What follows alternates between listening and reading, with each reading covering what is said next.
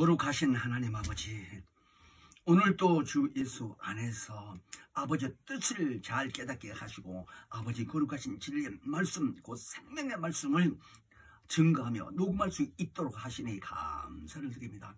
나는 무능하고 부족하지만 성령의 역사하심으로 말미암아 하나님 거룩하신 영감이 풍성하며 말씀 녹음 다 하는 그 시간까지 충만하게 역사하여 주시고 아버지의 말씀을 깨달아 오늘 증거하시고자 하신 뜻을 잘 증거할 수 있도록 하나님 성령으로 역사하시고 주관하여 주시옵소서. 감사드리며 예수 이름으로 기도했습니다. 아멘.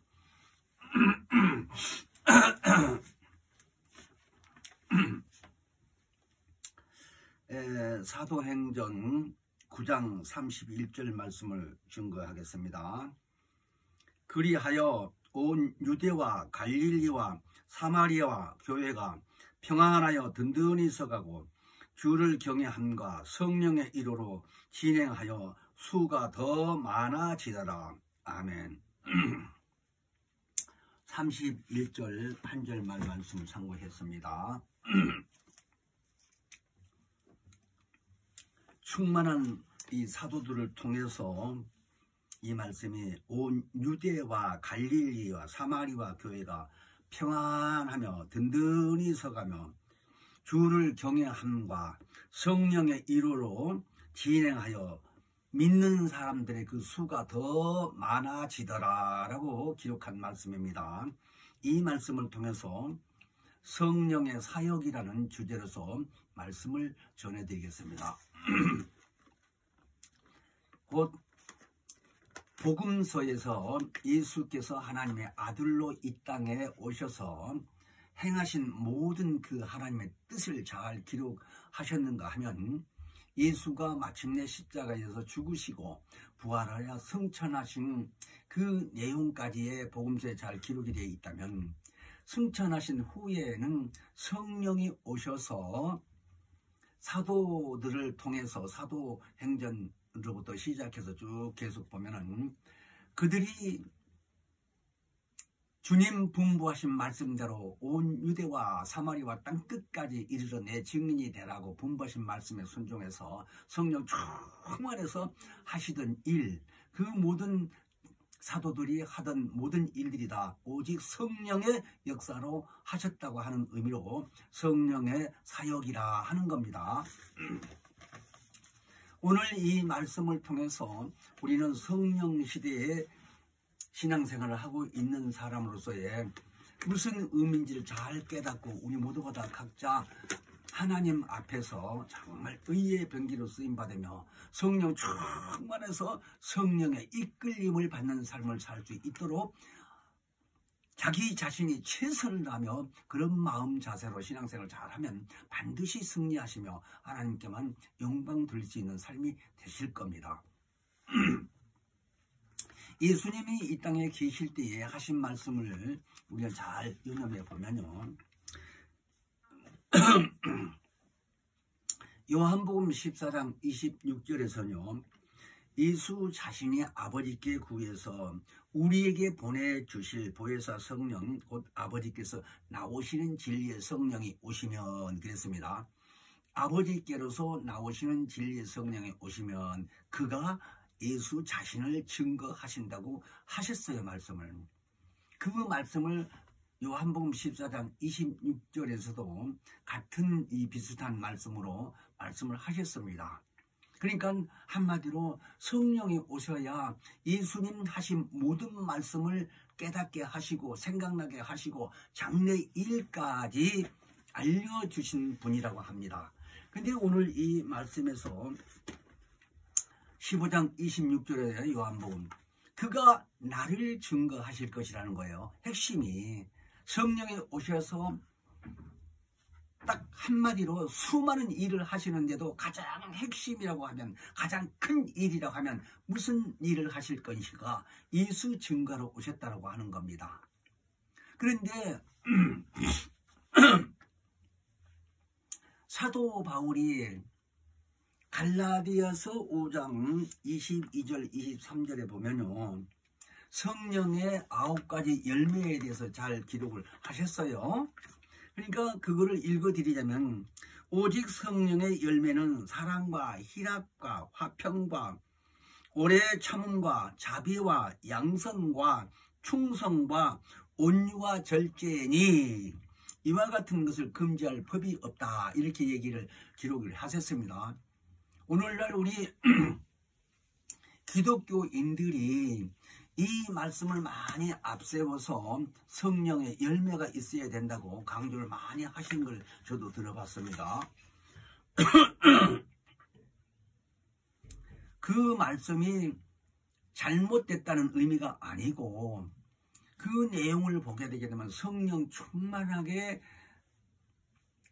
신앙생활 하신 분들은 성령의 열매가 9가지가 아니라 10가지라도요, 많은 이 분량이라도요 행할 수 있다는 거예요. 쉽게 말해서 윤리 도덕적으로 세상에서도요 정말 인정받을 수 있는 삶, 모범이 되고 선구자가 되고 정말 저 사람 같으면 나도 예수 믿어야 되겠어 하는 마음을 가질 수 있도록 그렇게 사는 사람들이 많이 있습니다.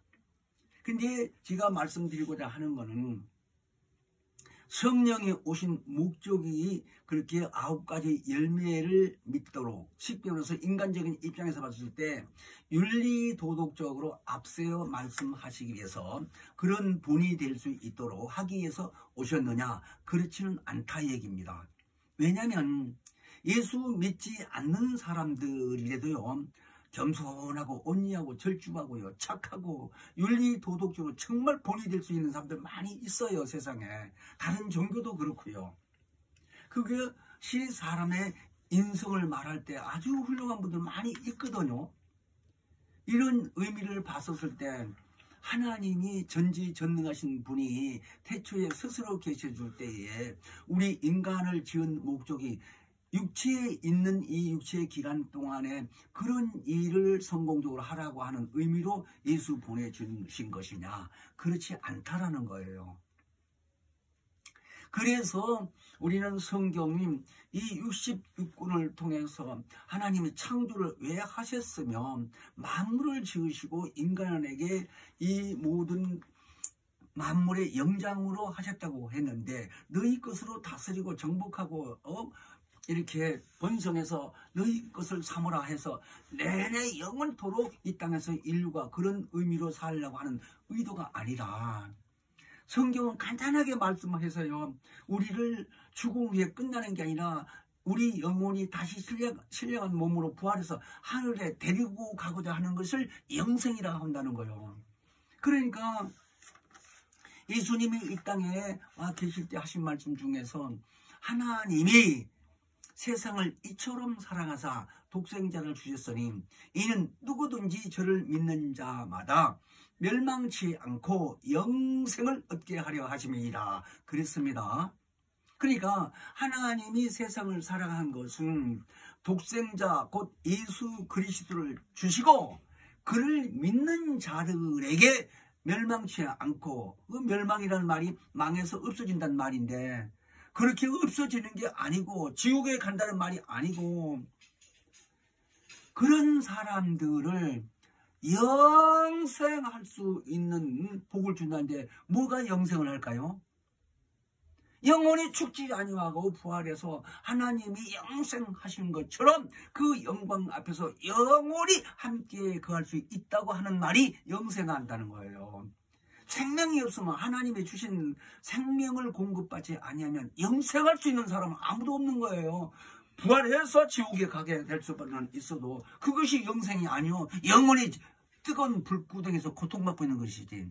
그런 의미가 아니고 예수를 믿는 사람들을 가리켜 하나님 영광 앞에서 영원히 그 영생하신 하나님 앞에서 살게 된 것을 영생이라고 하는 거예요. 자, 그런 말씀을 왜 하셨을까?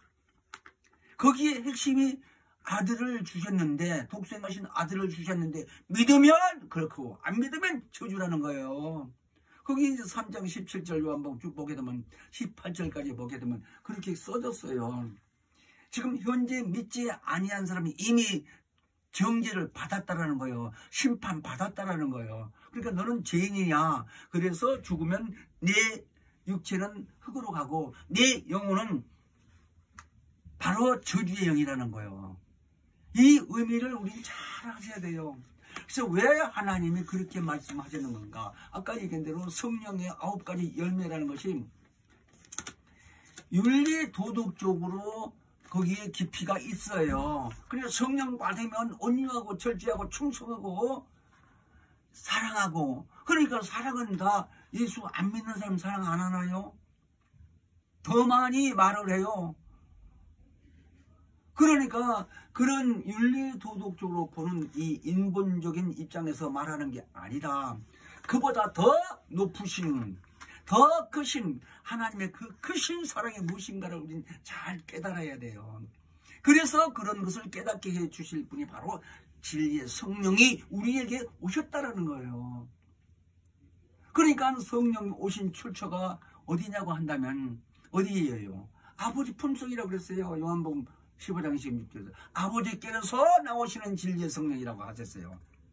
그러니까 오시기 전에 아버지 품속에 계셨다는 얘기예요.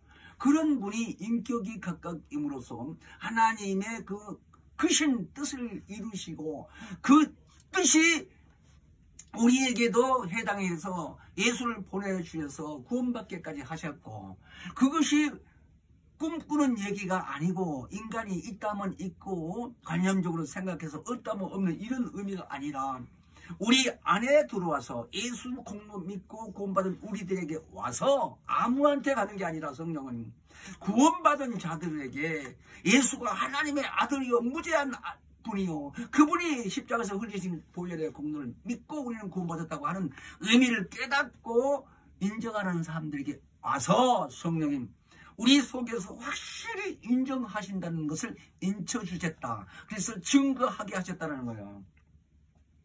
이런 의미를 잘 깨닫고서 성령이 오셔서 하신 그 일, 사역에 대해서 오늘 말씀드리는데, 정말 성령 충만해서 하나님의 말씀을 깨닫고 하나님의 말씀대로 살고자 결정하신 이런 의미로 하여금 하나님이 얼마나 기쁘시게 여기고 얼마나 즐겁게 생각하시고 얼마나 의로 쓰이 받기로 이렇게 작정하신 그 의도대로 우리를 사용하실까 하는 걸 생각을 해보자 이거요.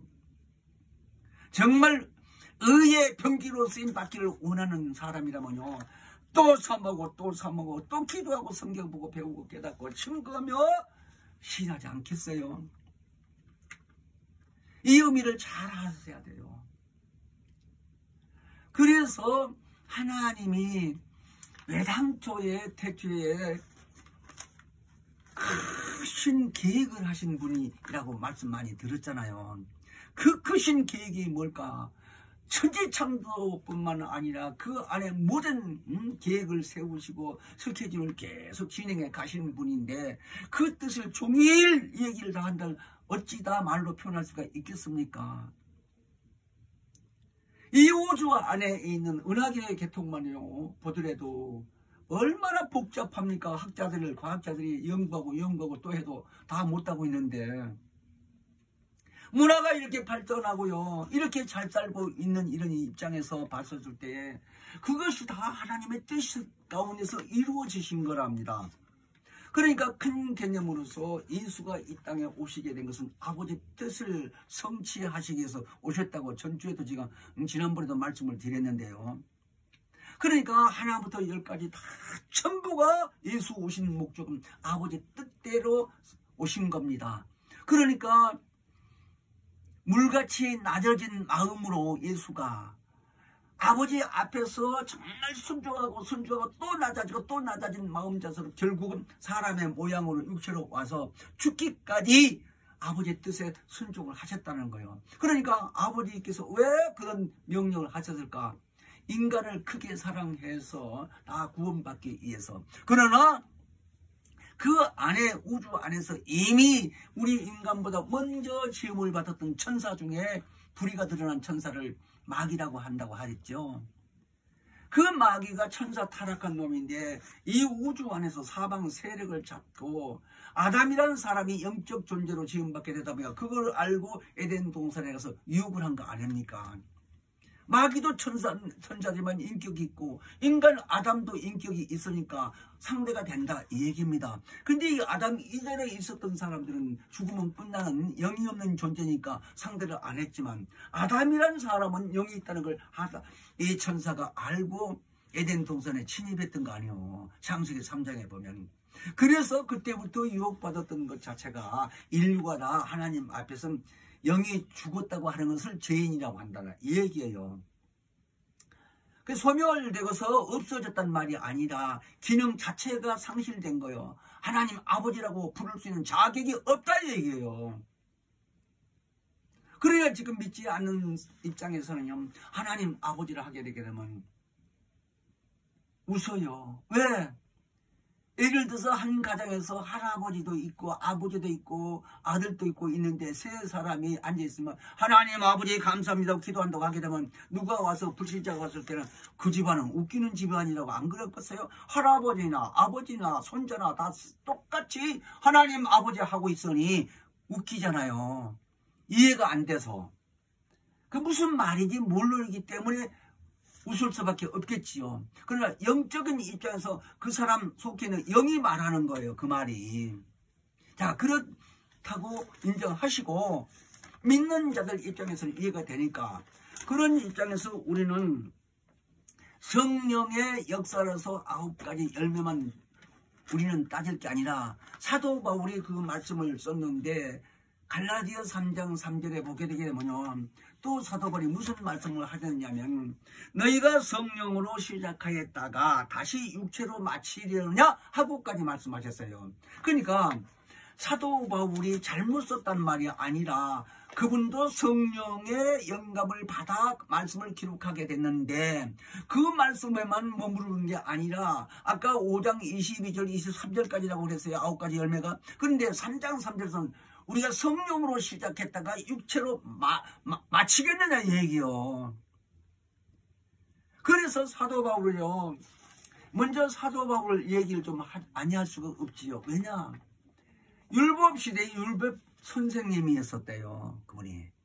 그런데 율법을 많이 가리키고 열심히 하던 사람이 얼마나 열심히 했는지 대제사장 앞에서 인정받을 정도요. 그래서 그 당시에 예수 믿고 뭐 예수가 하나님의 아들이라고 하고 댕긴 사람들 다 붙들어다가 제사장 앞으로 끌고 가기도 하고 죽이기도 하고 두드려 패기도 하고 이런 일을 한 거예요. 훌륭하고 똑똑하다 보니까. 근데 사도행전 9장에 보면 하루는요. 그날도 역시 대제사장한테 임명을 받고 또 잡으러 가는 겁니다. 예수 믿는 사람들. 가는데 다메섹이라는 그 길이 있는데 거기에 가다가 대낮보다 더 밝은 태양보다 밝은 그 빛이 쫙 비치더니 딱 쳐다보는 순간에 너무 충격을 받아가지고 딱 엎드렸다는 거예요.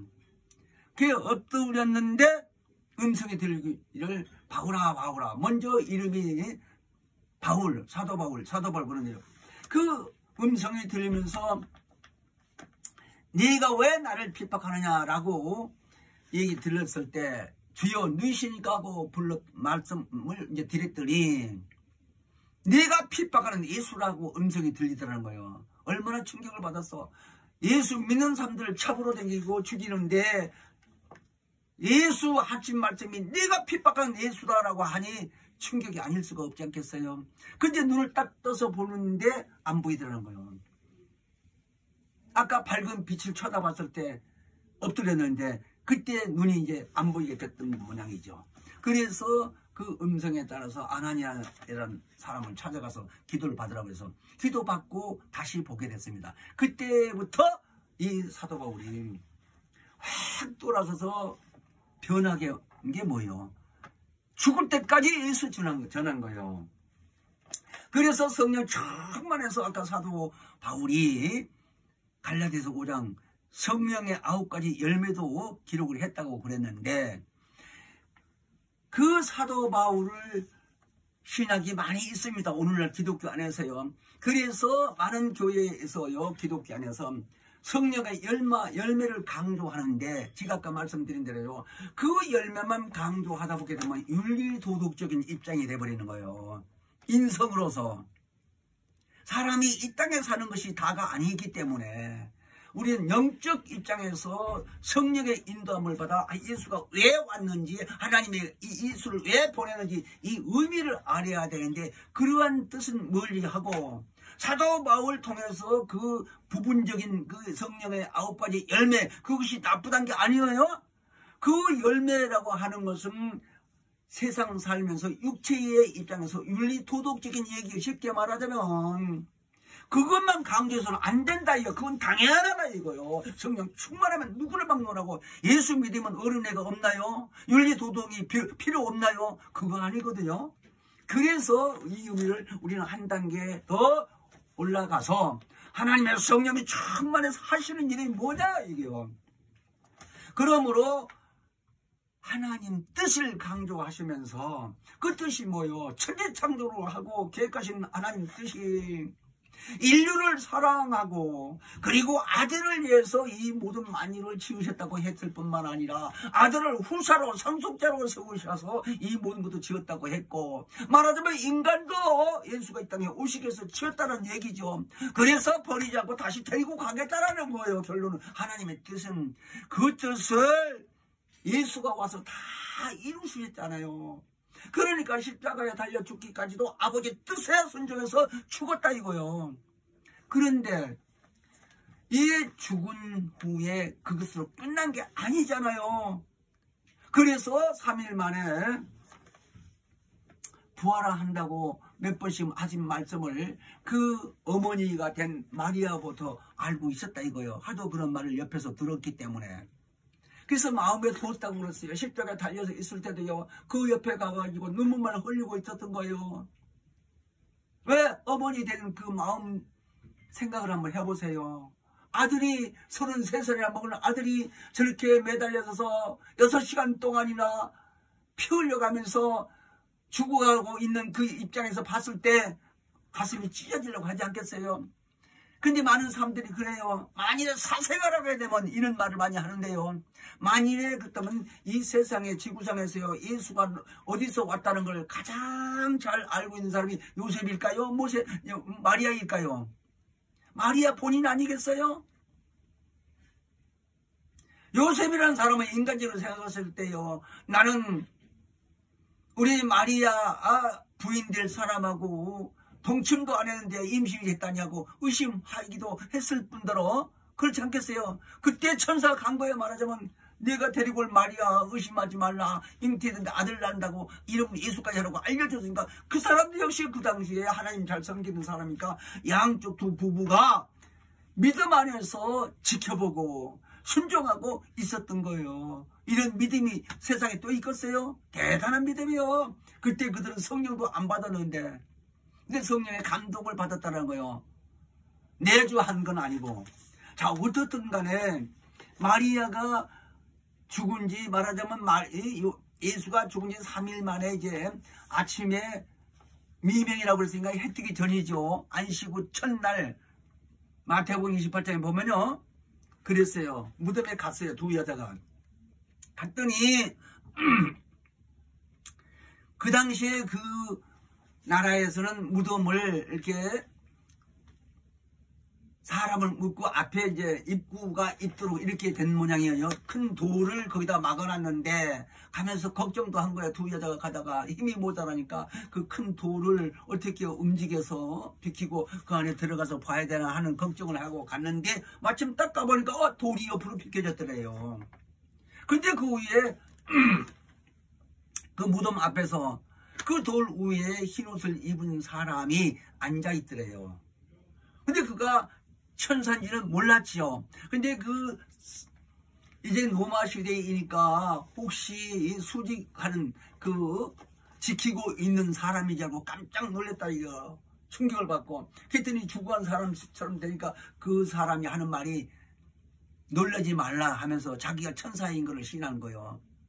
그러면서 너희가 누구를 찾는지 안다고 하면서 그 십자가에 달려 죽은 예수를 찾는구나 그러면서 하는 말이, 그가 살아나시고 여기 안 계시다 라고 알려줬습니다. 빈 무덤이야. 그러니까 살아나신 실체가, 예수 실체가 없더라 이거요. 그래서 나와서 이제 베드로한테도 얘기하고 그렇게 알리게 돼서 베드로도 이제 제자들이 몇 사람 찾아 뛰어가고 그랬는데 어떻든 예수가 살아나셨다 이거요. 이 살아나신 이 얘기를 사도행전 2장에 보면요, 2장 1절로 4절까지 보면 오순절 날 그 120명이 마가 다락방에서 있으면서 성령 충만한 내용이 기록되어 있습니다. 근데 그 중에 성령 받은 사람이 베드로 사도도 거기 있었어요. 이 베드로도 성령 충만하게 함께 받은 사람이거든요. 근데 그 베드로가 사도행전 3장에서 하신 말씀을 보면요, 성령이 충만해서 하신 말씀이 그 이스라엘 민족에게요, 너희가 강도는 살려달라고 구하고 의로운 하나님의 아들에 대해서는 죽임을 당하게 했지 않느냐고 소리를 지르는 겁니다.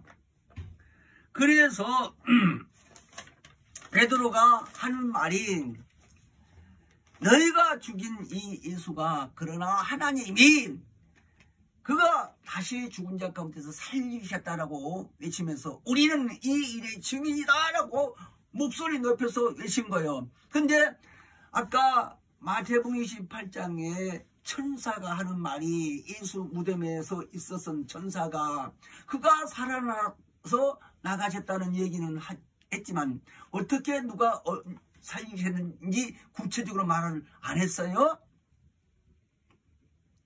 왜 안 했을까? 이제 거기서 의문이에요, 우리가 지금. 근데 베드로는 사도행전 3장 1절부터 쭉 보게 되면 6절에 그렇게 말씀하신 거예요. 하나님이 살리셨다고. 자, 그러니까 하나님이 살리신 이 의미를 어떻게 베드로는 아느냐 이 얘기입니다.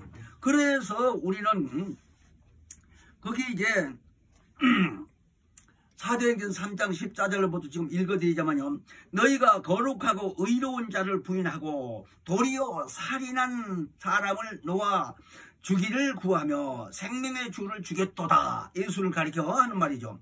그러나 하나님이 죽은 자 가운데서 살리셨으니 우리는 이 일의 증인이로다 라고 외친 거예요. 자, 여기서 분명히 베드로 사도 입에서 하나님이 죽은 자 가운데서 살리셨다. 천사는 무덤에서 새벽 미명에 여자들에게 그가 살아나서 나가셨다고 얘기를 했는데 하나님이란 말을 안 했어요. 하나님이 신이신데 천사도 하나님 못 봐요. 우리 인간도 못 보지만 천사도 육이 없는 영인데, 그러나 형상이 많이 보일 수 있어요. 환상 중에서도 사람에게, 믿는 자들에게요. 근데 그 천사들이 하나님을 못 봐요. 볼 수가 없어, 그들도. 그러니까 지금 무덤에서 그 무덤에서 천사는 예수가 일어나서 나가는 걸 봤는데 어떻게 살아나는 걸 모른다 이거요. 성경대로 보면. 근데 베드로는 사람인데 어떻게 하나님이 살리셨다고 외쳤을까요? 성령 충만하다 보니까 성령이 알려주셨다 이거. 고린도전서 2장 10절에 보면 하나님의 성령은 하나님의 깊은 것도 다 통달하신 분이라는 거예요. 그러니까 하나님 아버지께서 나오시는 진리의 성령이 하나님의 모든 그 뜻을 다 알고 계신다. 이게 막힘이 없이. 이해를 잘 하셔야 됩니다. 왜? 성령을 안 보이니까요. 성령도 볼 수가 없죠. 안 보니까 무시한 사람들이 많아 오늘날. 성령 받으면 다요, 방언만 하면 다요 하는 식으로. 그런 거 아닙니다. 마태복음 12장에 보게 되면요, 내가 하는 말로 네가 신문 받고 내가 하는 말로 신문 받는다. 반드시. 그러니까 성령 하나님 안 보이니까요 무시하거나요, 그렇게 함부로 말하는 게 아니다 하는 걸 잘 아셔야 됩니다. 근데 그 성령을 정말 받았던 그 베드로 하는 말이 분명히 하나님이 죽은 자 가운데서 다시 살리셨다. 우리는 이 일의 증인이로다 라고 담대하게 말씀하신 거예요. 그런 베드로가 사도행전 3장 4장 쭉 보게 되게 되면요, 어디를 가니까 어떤 사람이 중풍병으로 들어오는데 한 일주일간 된 거예요. 그래서 예수의 이름으로 일어나니까 벌떡 일어났어요.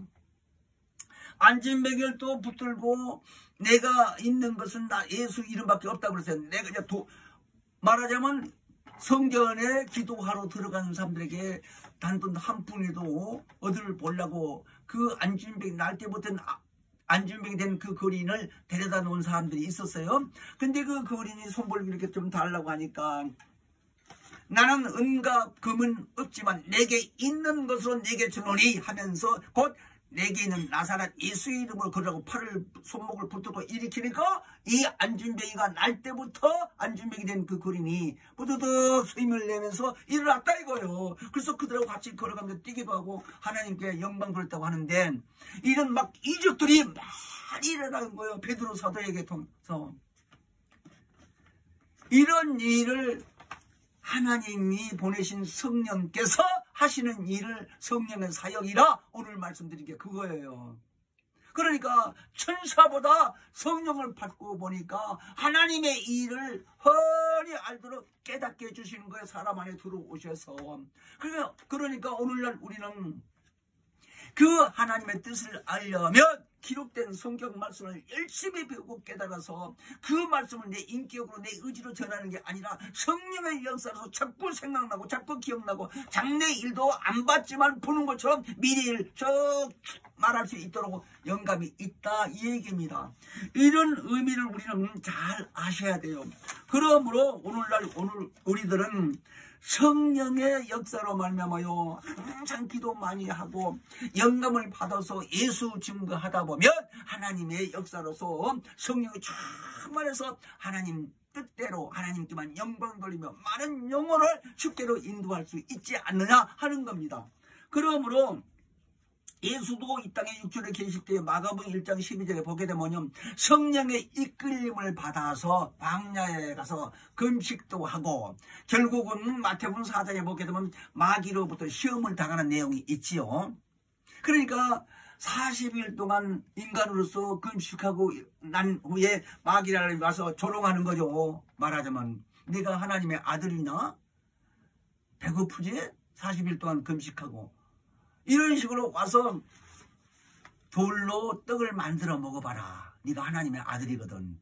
그랬더니 하나님의 이 구약시대에 하신 말씀을 이용해서 기록되었을 때 예수님이 사람의 떡으로만 살 것이 아니라 하나님의 입으로 나온 모든 말씀으로 살 것이니라 라고 얘기를 했어요. 그랬더니 이 마귀가 또 다른 각도로 네가 하나님의 아들이냐? 저 성전에 올라가서 한번 뛰어내려 봐라. 하나님이 천사들 보내서 내 발에 땅에 닿지 않도록 해주실 거 아니겠느냐.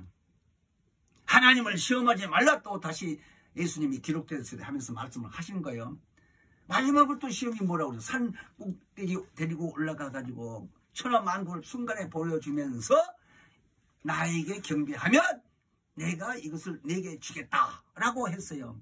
그랬더니 기록되었을 때 예수님이 말씀하시면서 하나님을 경배하라고 말씀하시면서 사단아 물러가라 명하시니까 순간에 떠나간 거예요. 마귀가.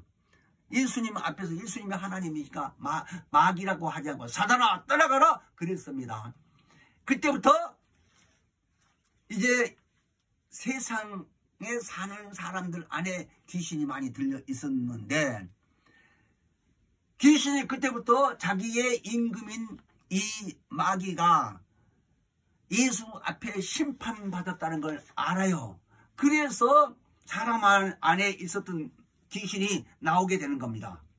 근데 마침 누가복음 10장에서 보면요 70인의 이 제자들이 가서 예수 전하고 복음을 전하고 이런 입장에서 예수 이름 앞에 귀신들이 절절매고 항복하던 걸 체험하고 와서 보고 하는 겁니다. 누가복음 10장에 보면 그때 하는 말이 예수여 주님의 이름으로 귀신들이 항복했습니다 라고 좋아서 와서 보고를 하는데 누가복음 10장 18절에는 뭐라고 했느냐 사단이 하늘에서 번개같이 떨어진 것을 내가 봤노라 그랬습니다.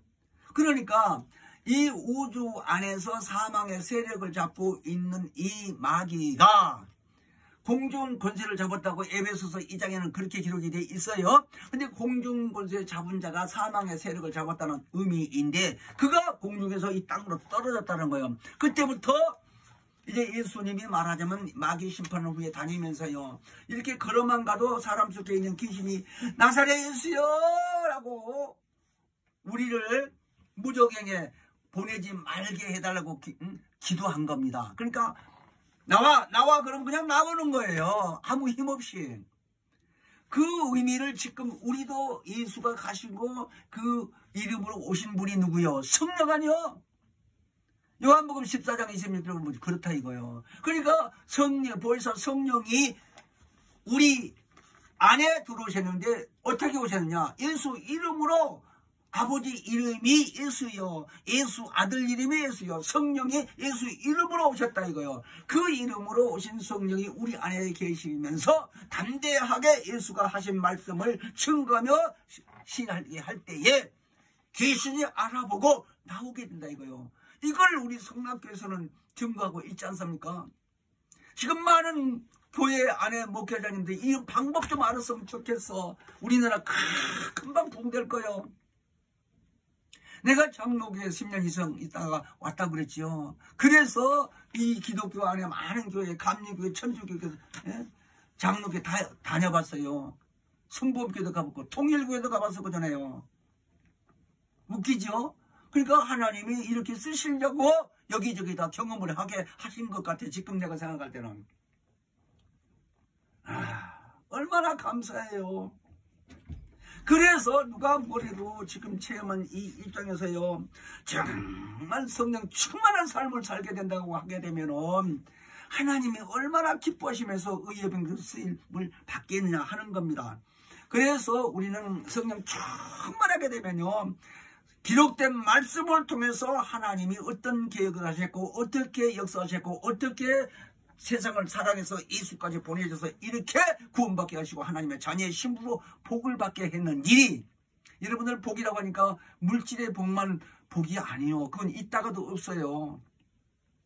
그러니까 신령한 복을 받아서 영원토록 함께 하나님 앞에 살게 되는 것 자체가 얼마나 크신 복인 것을 우리는 잘 깨달아야 되는데, 오늘 우리는요, 성령의 사역이라는 이 말씀을 통해서 천사가 모르는 것도 하나님의 성령이 와서 우리 안에 계실 때면 하나님의 비밀을 다 깨닫게 해주신다는 걸 확실히 아시고, 정말 성령 충만하도록 끊임없이 기도하고 말씀을 열심히 배우고 깨달아서 말씀을 앞세우면 성령이 역사하신다는 걸 꼭 잊지 마세요. 예수 보지도 못했잖아요. 너 나 할 것 없이 지금 세대에 있는 사람들이. 그런데 예수 하신 말씀을 잘 보고 깨달고 증거하다 보면 속에서 성령의 역사로서 충만해지고 감동이 된 걸 자기 자신이 알 수 있잖아요. 배고픈 사람이 밥 먹으면 배가 부른지 안 부른지 자기 자신이 알 수 있는 것처럼 성령 충만하면 감동이 오고요, 은혜가 된 것 자체가 자기가 안다니까. 그러니까 부끄럽고 창피한 게 없는 거예요. 입에서 말이 한번 나오기 시작하면 성령 충만해서 계속 쏟아지게 나오게 하기 때문에 그걸 걷잡을 수 없을 정도로 말이 막 나온다 이거예요.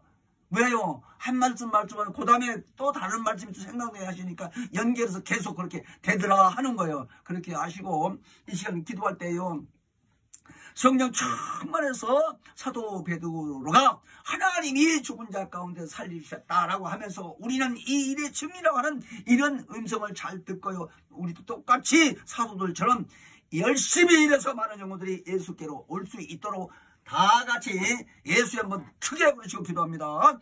예수여, 거룩하신 하나님 아버지, 정말 참으로 만입이 땅을 이 감사고 감사함을 어찌 말로 다 표현할 수 있겠습니까?